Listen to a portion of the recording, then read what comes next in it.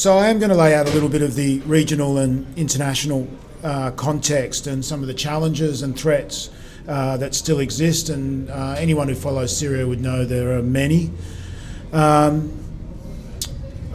begin with the regional context because in a number of ways, whilst it seems to have been subsumed by the rivalry between the US and Russia, it still plays a key part in understanding the different the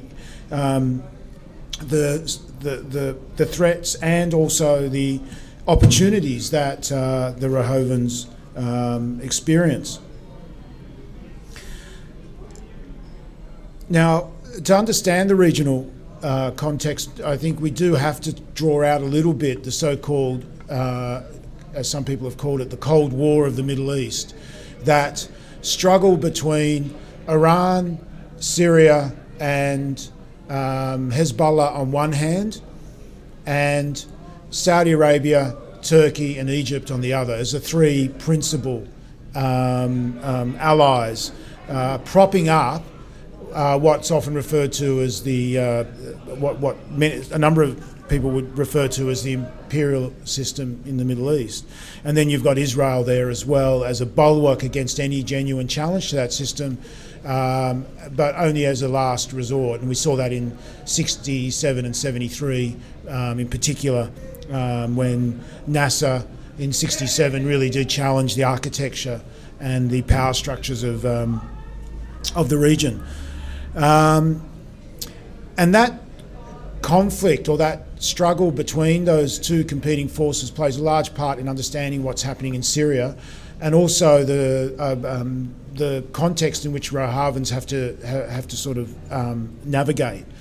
The Syrian conflict, in my view, has ceased to be a conflict that's predominantly about Syria or Syrians, and one that is predominantly about the regional and international context from about 2014, I would say. Yes, it's a civil war. It's certainly, Syrians are caught in the crossfire and are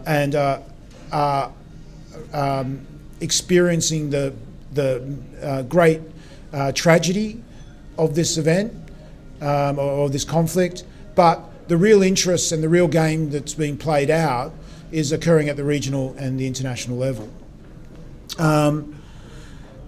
That's not to say that there isn't a Syrian, that there isn't a genuine Syrian opposition, or neither should we discount the fact that Syrians do want to see, the majority of Syrians, I believe, want to see Assad fall and to see a reconfiguration of the political framework in Syria.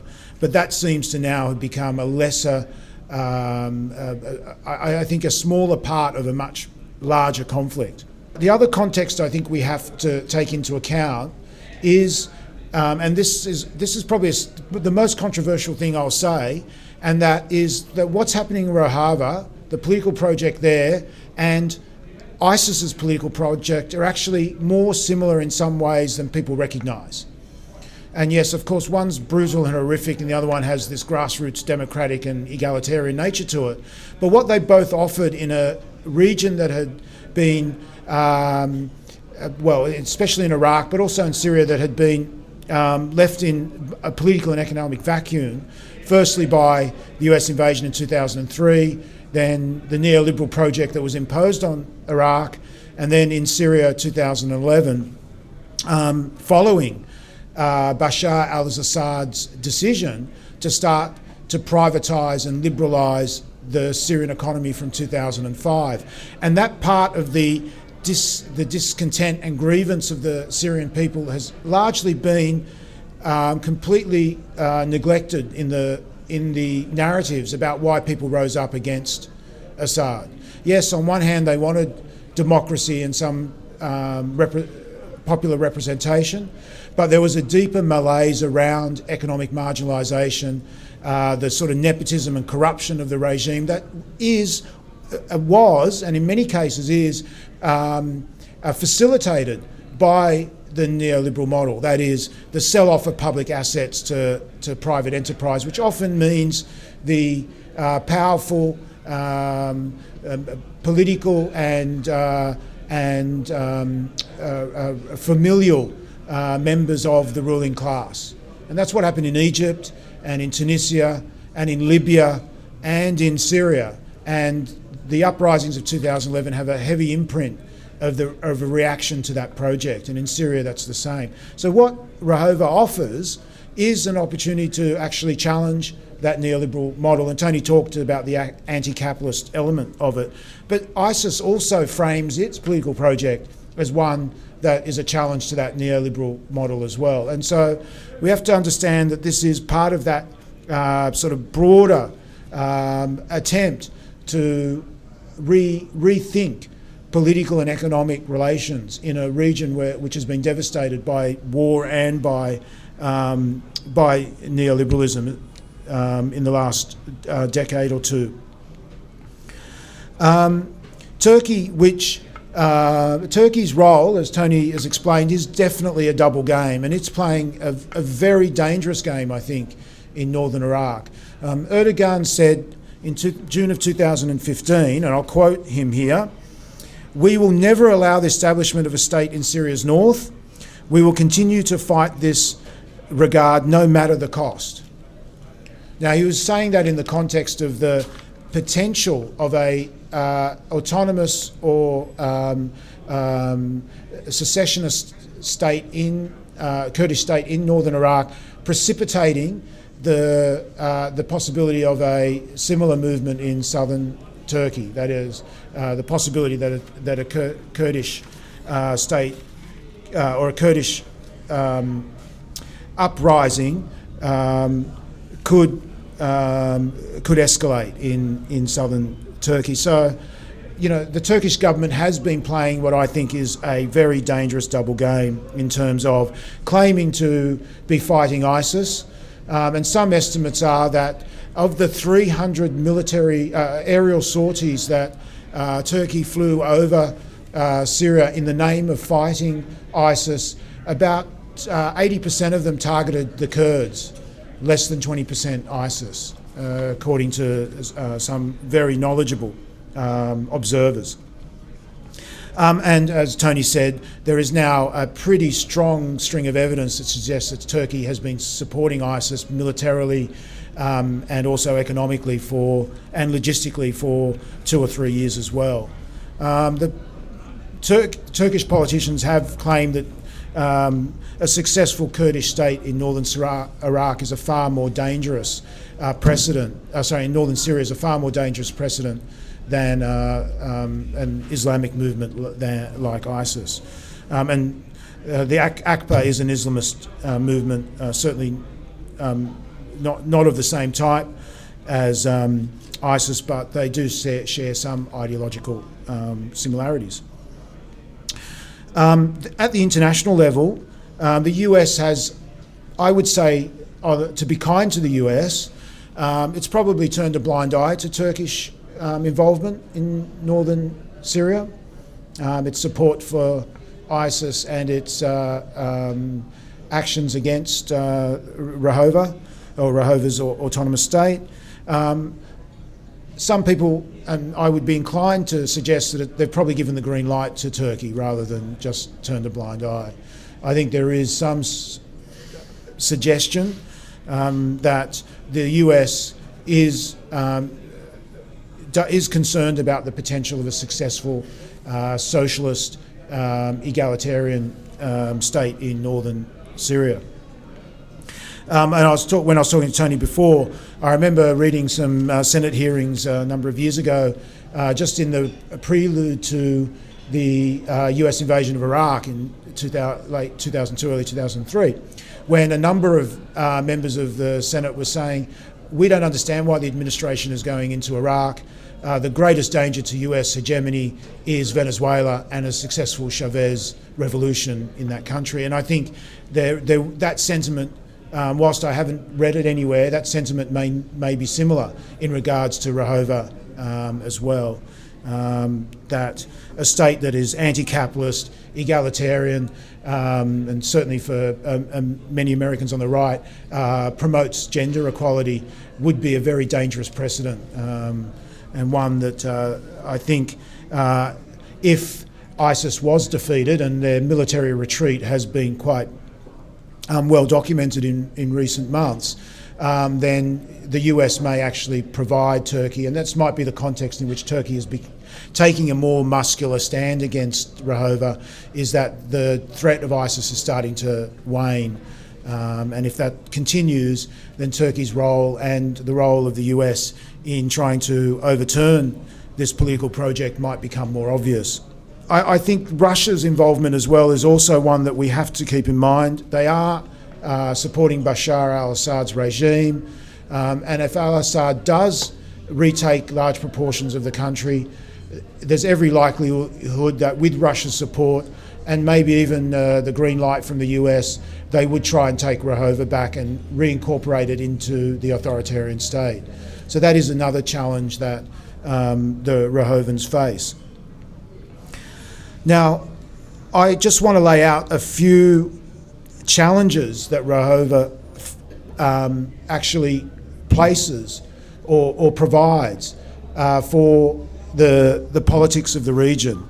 And I think there are probably, I would say there are, if I go to my notes here, there are probably four.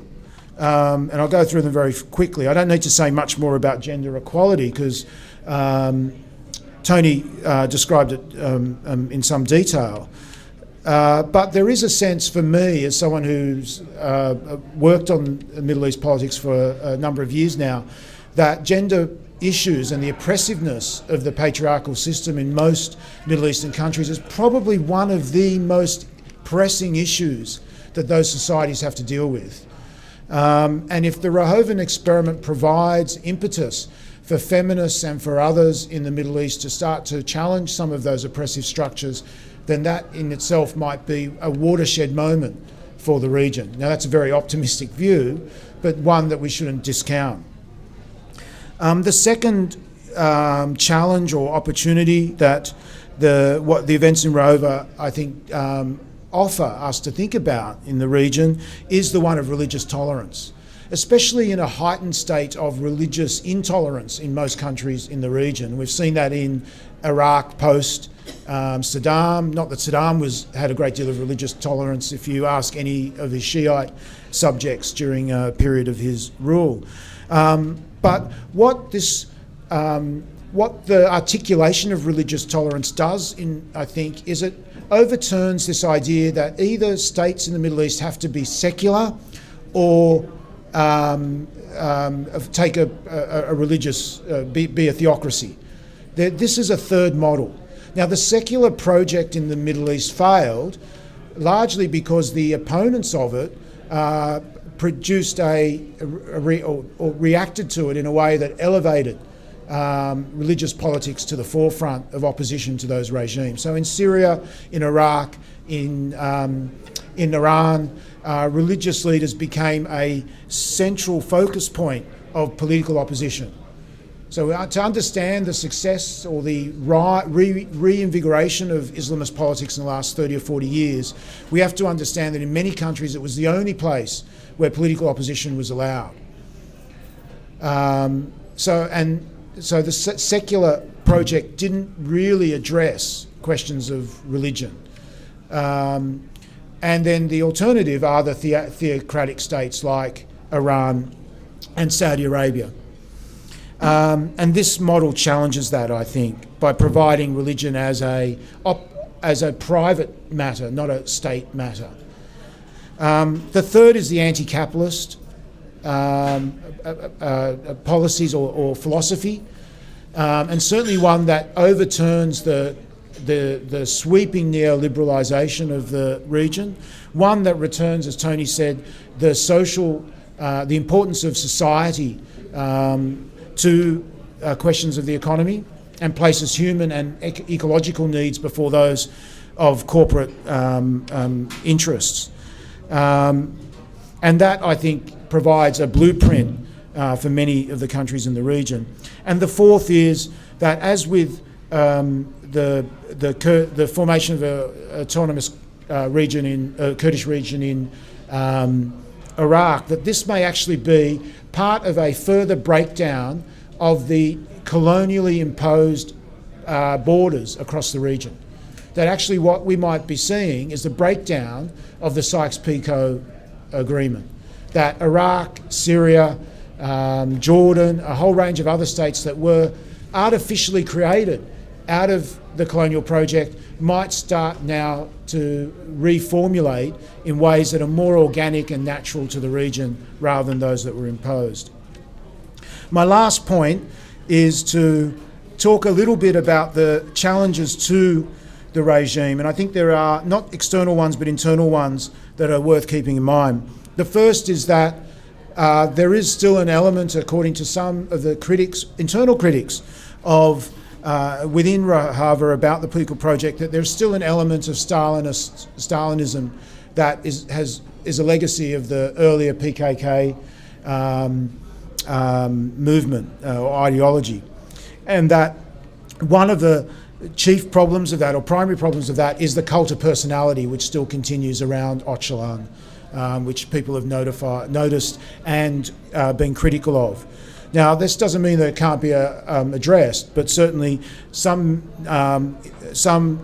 critics, internal critics, have suggested that there is the danger of moving towards an authoritarian project if it isn't checked and addressed early on. And the other one is the question of ethnic politics. Now, whilst there is an attempt for ethnic inclusion, one of the problems that we've seen in countries like Lebanon and Ethiopia, countries that have constructed a political project around where ethnic identities have been incorporated into the political structure, is that they become reified and then they become a form of politics themselves. And anyone who's followed Lebanese politics will know that the sectarian nature of that political system is one of its greatest problems. That there's no trans-ethnic political alliances or sectarian political alliances. People vote as Shia, Maronite, because there are certain political benefits, but also that the identities form the basis of political inclusion into the system.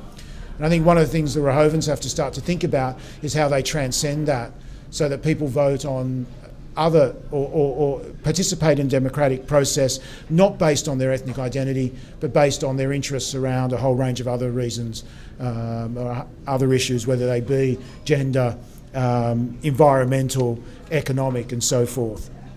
So there is a challenge there as well, which I think that we have to watch. Now, in saying that, I, like Tony, am incredibly optimistic. I've been energised and hugely encouraged by continuously reading material from ROJAVA that suggests that this is a dynamic and really progressive political project. And I think our role as progressives here is to follow it, to stay informed of it, and where we can to offer some moral or other support to what could potentially be a huge momentous shift in the political frameworks and political structures and ideological frameworks in the Middle East. And if for someone who follows the region, it's bloody well about time. So thank you.